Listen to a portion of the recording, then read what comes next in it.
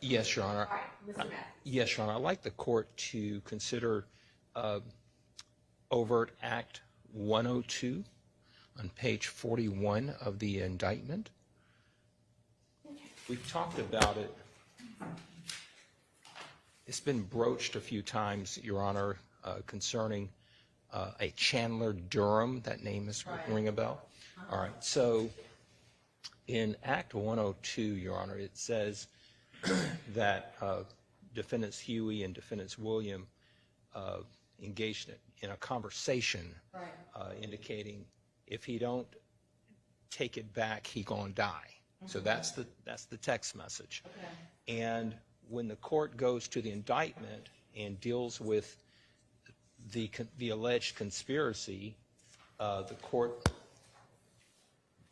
they have indicted this case as indicating that the conspiracy is that the defendants conspire to associate together and with others for the common purposes of illegally obtaining money and property through a pattern of racketeering activity. So with the Durham facts, they're indicating that Chandler Durham, that his vehicle was taken while Chandler Durham was inside his music studio working, and he came outside and the vehicle was gone. So we have this text message that supposedly took place on March 12, 2020, where Williams is allegedly sending a text message to Huey, allegedly saying if he don't take it back, he gonna die.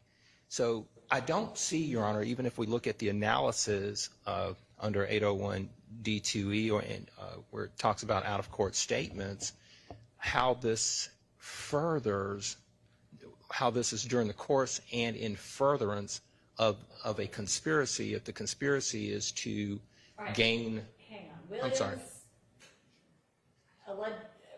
There is a text between Williams and Huey that says if he don't take it back, he gonna die? That's correct. Or directing Huey to tell another. Who's the other? Directing Huey to tell someone if he don't take it back, he's gonna die. Do we know who the person is? We don't know. Do we know what the it is? I'm thinking I'm speculating, but I'm assuming it has to do with Chandler Durham's vehicle that was taken outside Chandler Durham's studio when he was working one night. So if the conspiracy is to work together to illegally obtain property and money through the pattern of racketeering activity, thefts, murder, robbery, and the like, I'm not clear how this is furthering a conspiracy if Williams is telling Huey to tell someone if he don't take it back, he's gonna die. So, I'm challenged with how this is an overt act in furtherance during the course of and in furtherance of a conspiracy. And what are you asking the court to do about it? Well, I'm asking the court to consider that this particular overt act is not an overt act in furtherance. And just strike it or something? Yeah. Yeah. What relief are you requesting? Yes. Bingo. Ding, ding, ding. Your Honor, for one, this is two statements of party opponents, and so that's a great argument for closing, to tell the jury that how does this further the conspiracy.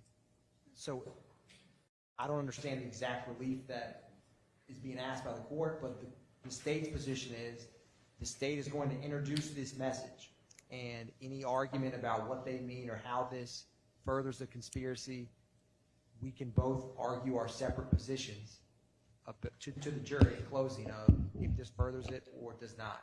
And the jury can decide with this evidence of an overt act between two defendants in trial of a conversation that both of them had with one another.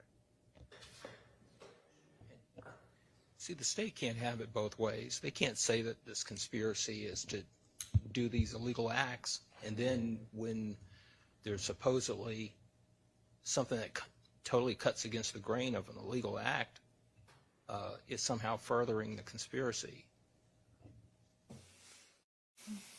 Okay. Well, I mean, they're either going to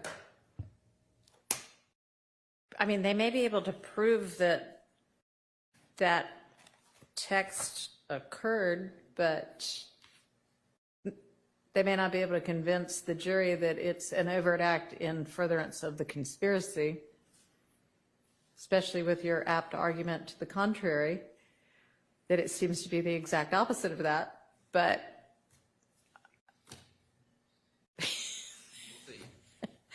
yeah, I mean, I think that's a jury question. Your Honor. I didn't draft the indictment. But the burden is on the prosecution by a preponderance of evidence to show that that statement, which is Mr. Williams' statement, so I may have a different, Mr. Adams and I may have a different issue because we're a party opponent, but to use against Mr. Ryan or Mr. Kendrick et al., the state would have to meet that burden, not just say, well, both sides can argue it. They're going to have to show that that statement furthered this conspiracy. Okay, well, that's a different objection. To get to the evidence even coming in. Mr. Adkins. Yes, Your Honor. I'm trying to pull up, I have a thorough, in-depth breakdown of this conversation, what's said Okay. before and after that. I can't rattle off memory this moment, and so I'm trying to pull that up, and my internet's not cooperating, so that's Is why I'm Chandler Durham, trying to pull this He's not on the witness list. he's what? He's not on the witness list. Okay, is he allegedly in any gang? No. He's a very well-known, he's outstanding, like engineer, production person, does a lot of work for very well-known musical artists and other talented people. Okay, He's a very well-respected person. okay.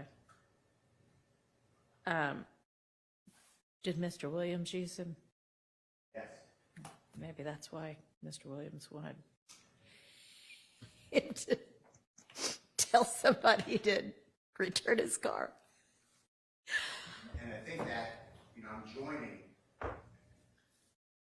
will join, I heard the argument of Mr. Matthews. I will join his cogent argument as well.